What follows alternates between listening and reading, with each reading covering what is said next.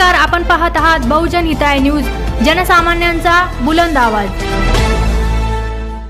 नहीं चलेंगे, नहीं चलेंगे, दादागिरी नहीं चलेगी, नहीं चलेगी, नहीं चलेंगे, दादागिरी नहीं चलेगी। अचल पाटिल साहब तुम आगे बढ़ो, हम तुम्हारे साथ हैं। अरे रोहित दादा तुम आगे बढ़ो, हम तुम्हारे साथ हैं। अरे सुप्रिया ताई तुम आगे बढ़ो, हम तुम्हारे साथ हैं। अरे जिंदाबाद जिंदाबाद शरद पवार जिंदाबाद, अरे जिंदाबाद जिंदाबाद शरद पवार जिंदाबाद, अरे जिंदाबाद जिंदाबाद शरद पवार जिंदाबाद। शरद पवार चा बंगाल है, बाकी सब बंगाल है। शरद पवार चा बंगाल है, बाकी सब बंगाल है।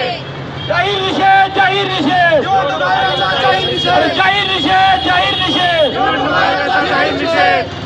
आमचा पक्ष, आमचा नेता शरद पवार, शरद पवार। आमचा पक्ष, आमचा नेता शरद पवार, शरद पवार। आमचा नेता, आमचा पक्ष शरद पवार, शरद पवार। डरेंगे नहीं डरेंगे, घड़ी जाने से नहीं डरेंगे, नहीं डरेंगे, नहीं डरेंगे, घड़ी जाने से नहीं डरेंगे, नहीं डरेंगे, नहीं डरेंगे, घड़ी जाने से नहीं डरेंगे। आजच्या राष्ट्रवादी काँग्रेस पक्षाच्या चिन्हाच्या बाबतीत झालेल्या निर्णयाचा निषेध करण्यासाठी निषेध सभा आपण सर्वजण घेत आहोत। राष्ट्रवादी काँग्रेस पार्टी शरदचंद्रजी पवार हे नाव आत्ताच आपल्या पक्षाला जाहीर झालंय आणि निश्चितपणे आपल्या सगळ्यांच्या साक्षीने मी सांगू इच्छितो की नवीन मिळणारं चिन्ह पवारसाहेबांच्या नेतृत्वाने गावात तळागाळापर्यंत आपण सगळेजण येऊ आणि निश्चितपणे महाराष्ट्र पवारसाहेबांच्या पाठीमागे ताकदीने उभं राहील। एवढंच बोलतो, दोन शब्द संपवतो। धन्यवाद।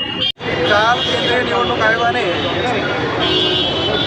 जो राष्ट्रवादी काँग्रेसच्या संदर्भात जो काही निकाल दिला म्हणजे तो अत्यंत वाईट आणि चिंताजनक आहे। खरं म्हणजे अपेक्षित आम्हाला ते होतंच, पवारसाहेबांच्या कार्यकर्त्याला हे अपेक्षित होतंच आहे। परंतु जेवढे सबळ पुरावे पवारसाहेबांनी पक्ष काढला तर जे काही उद्धव ठाकरेंच्या शिवसेनेच्या संदर्भात जे घडलं तेव्हा कैलासवासी बाळासाहेब ठाकरे हे हयात नव्हते, परंतु शरद पवार साहेब हयात असताना त्यांचा पक्ष हिसकावून घेतला जाईल असं कधीच कोणाला महाराष्ट्रातल्या जनतेला वाटलं नव्हतं। परंतु काल या केंद्रीय निवडणूक आयोगाने हा निर्णय घेतला आणि शरद पवार साहेबांचा पक्ष हा अजित पवारांना दिला, त्यांचं चिन्ह अजित पवारांना दिलं। याचा खरं म्हणजे आमची सर्व जिल्ह्यातील पवारसाहेबांचे निष्ठावंत कार्यकर्त्याचा जाहीर निषेध करतो। कारण संबंध महाराष्ट्र संबंध देश पाहतोय की आज जो काही कालचा जो काही हा निकाल आहे, हा निकाल केंद्रातील सत्ताधाऱ्यांनी हा निकाल त्यांना लिहून दिला आणि तो फक्त निवडणूक आयोगाने डिक्लेअर केला। या ठिकाणी निवडणूक आयोगाला स्वतःचं स्वायत्तता राहिली नाही, त्याचे स्वतःचे अधिकार राहिले नाही। म्हणजे आज न्याय व्यवस्थेवरती विश्वास ठेवायचा का नाही ठेवायचा इथपर्यंत हाही संशय निर्माण झालेला आहे। परंतु जे काय झालं, आज आम्हाला महाराष्ट्रामध्ये किंवा देशामध्ये काम करायला कार्यकर्त्याला आम्हाला कुठली अडचण नाही। कारण शरद पवार साहेबांचं जे कार्य आहे, जे कर्तृत्व आहे, आज एवढ्या 84 वर्ष वयातसुद्धा ते एवढं काम करतात आणि त्यांची भीती, त्यांची दहशत या ठिकाणी भारतीय जनता पक्षाला, मोदी शहांना, फडणवीसला वाटते। म्हणून खरा सारा खटाटोप त्यांचा शरद पवार साहेब त्यांना देशामध्ये केंद्रबिंदू दिसतात आणि म्हणून त्यांच्याभोवती त्यांनी हा सावळण्याचा प्रयत्न सुरू केलेला आहे की तुम्ही आजपर्यंत पाहिलं असेल कोणतीही घटना घडते त्याच्यामध्ये शरद पवार साहेबांचाच हात असल्याचं हे सतत कायम सांगत असतात। परंतु अरे पवार साहेबांनी कर्तृत्व आहे, त्यांनी देशामध्ये राज्यामध्ये जेव्हा काँग्रेसची सरकार असेल अशा प्रकारचं वाईट कधी त्यांनी केलं नाही। या भारतामध्ये जेव्हा ते कृषीमंत्री होते, आज कृषीमंत्री कोण आहे त्या देशातल्या माणसाला सांगता येत नाही। परंतु जेव्हा शरद पवार साहेब कृषीमंत्री या देशाचे झाले तेव्हा 72,000 कोटीचं शेतकऱ्यांसाठी कर्ज मागले, अनेक शासनाच्या 100% अनुदानाच्या योजना त्यांनी सुरू केल्या। या देशाला यशवंतराव चव्हाणांच्या नंतर खरा काही वारसा भारताला मिळाला असेल, देशाला, राज्याला मिळाला, तो शरद पवार साहेबांच्या रूपाने मिळाला। परंतु आज हे सगळे विचार मातीत काढायचे, त्यांनी केलेलं कार्य मातीत काढायचं आणि भारतीय जनता पक्षाला स्वतःचा पक्षाची सत्ता राज्यात, देशात राहावी म्हणून त्यांनी सर्व कायदे पायदळी तोडवले। या सगळी त्यांनी राज्यातल्या जनतेचे प्रश्न काय, या ठिकाणी शेतकऱ्याचे प्रश्न काय, शेतीमालाला भाव मिळत नाही, उद्योगधंदे बंद पडले, बेरोजगारी बेरोजगारी वाढली, तरुणांना नोकऱ्या मिळत नाही, या ठिकाणी आमच्या महिला युवती त्यांना संरक्षण मिळत नाही, अत्यंत वाईट, प्यायला लोकांना पाणी नाही, रस्ते नाहीत, 24 तास वीज मिळत नाही आजपर्यंत, असे अनेक रोजगाराचे बेरोजगारीचे अनेक प्रश्न भेडसावत आहेत. परंतु या कुठल्याही प्रश्नाकडे लोक आज हजारो लोक, तरुण लोक या ठिकाणी आत्महत्या करत आहेत. अनेक प्रश्न राजकारणात या आरक्षणाचे प्रश्न आहेत. आरक्षणाच्या प्रश्नासाठी त्यांनी लोकांमध्ये झुंजी भांडणं लावल्या, जाती धर्मामध्ये भांडणं लावण्याचा प्रयत्न केला.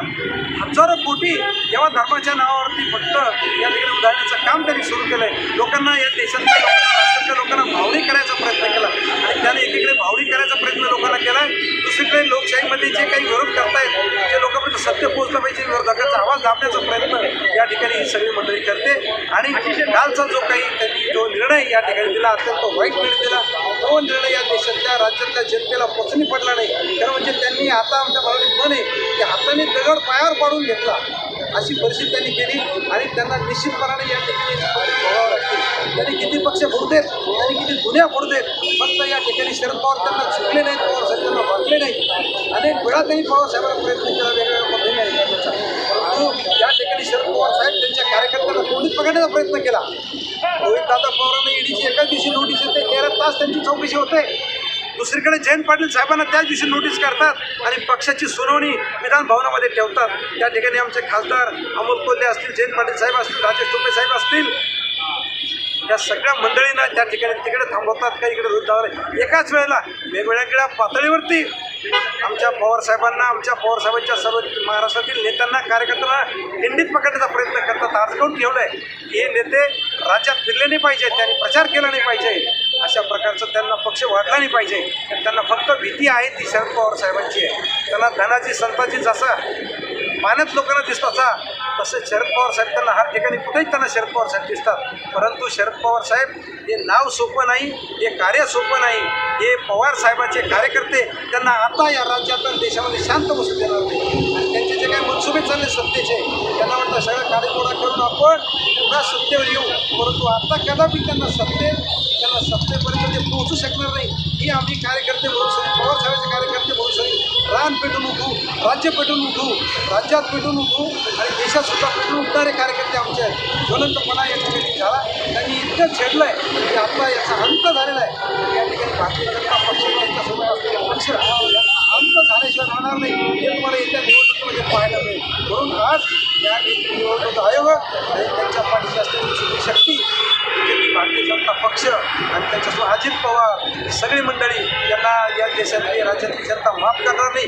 ही त्यांना सत्तेत बसण्याची एक शेवटची संधी आहे. त्यांच्या शेवटच्या खुर्च्या आहेत, पण या खुर्च्या जनता आता खाली करणार आहे, त्यांना खुर्चीवर सत्तेवर खाली खेचणार आहे. आणि जसं फक्त म्हणजे इतो का जवाब पत्तरचे देंगे, जसं आता त्यांनी या ठिकाणी सत्ता असल्यानंतर यांना वेठीस धरलं, तसं त्यांच्या जेवढे भ्रष्टाचारी नेते असतील यांना सुद्धा आता जेलमध्ये गेल्याशिवाय पुढं पर्याय राहणार नाही. जसं बापाने केलं तसं पोराला फेडावं लागतं, अशी परिस्थिती या राज्यात झाली.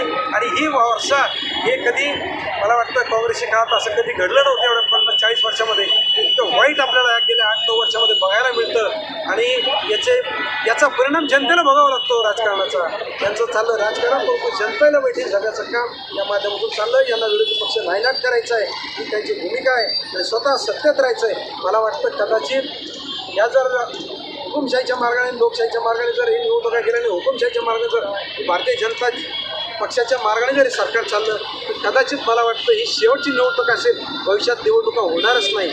आमचं दुसरं एक आंदोलन आता असेल ज्याच्यासाठी आम्ही जे मतदानासाठी EVM मशीन वापरलं जातं, हे निश्चितपणाने मॅनेजमेंट सगळं केलेलं आहे. ही सगळी मॅनेजिंगची पार्टी आहे. आजच या देशाचे पंतप्रधान सांगतात आम्हाला देशामध्ये 40+ खासदार म्हणजे 400+ खासदार मिळणार आहेत. एवढी कशी आम्ही त्यांना आहे, एवढं काम त्यांनी केलं आहे का देशामध्ये?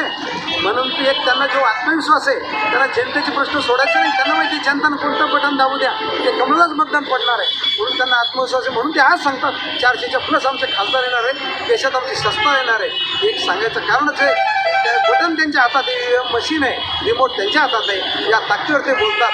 परंतु आम्ही EVM मशीनसाठी या ठिकाणी जोरदार आंदोलन आता सुरू करणार आहे आणि पुढच्या येणाऱ्या निवडणुका या जर बॅलेट पेपरवर झाल्या तरच ही लोकशाही टिकेल आणि जर मशीनवर निवडणुका झाल्या या राज्यात या देशामध्ये कधीच हुकुमशाही म्हणजे लोकशाही राहणार नाही आणि हुकुमशाहीचा या ठिकाणी म्हणजे पर्वाला सुरुवात झालेलीच आहे. या ठिकाणी पुढील हुकुमशाही होईल अशा पद्धतीचं आहे. म्हणून या सरकारचा आणि या शासकीय यंत्रणेचा जो गैरवापर चालला त्याचा आम्ही या ठिकाणी जाहीर निषेध करतोय. मी पांडुरंग तांगडे पाटील शरदचंद्रजी पवार साहेबांच्या गटाचा जिल्हाध्यक्ष आहे. छत्रपती संभाजीनगर जिल्हा औरंगाबाद जिल्ह्याचा जिल्हाध्यक्ष.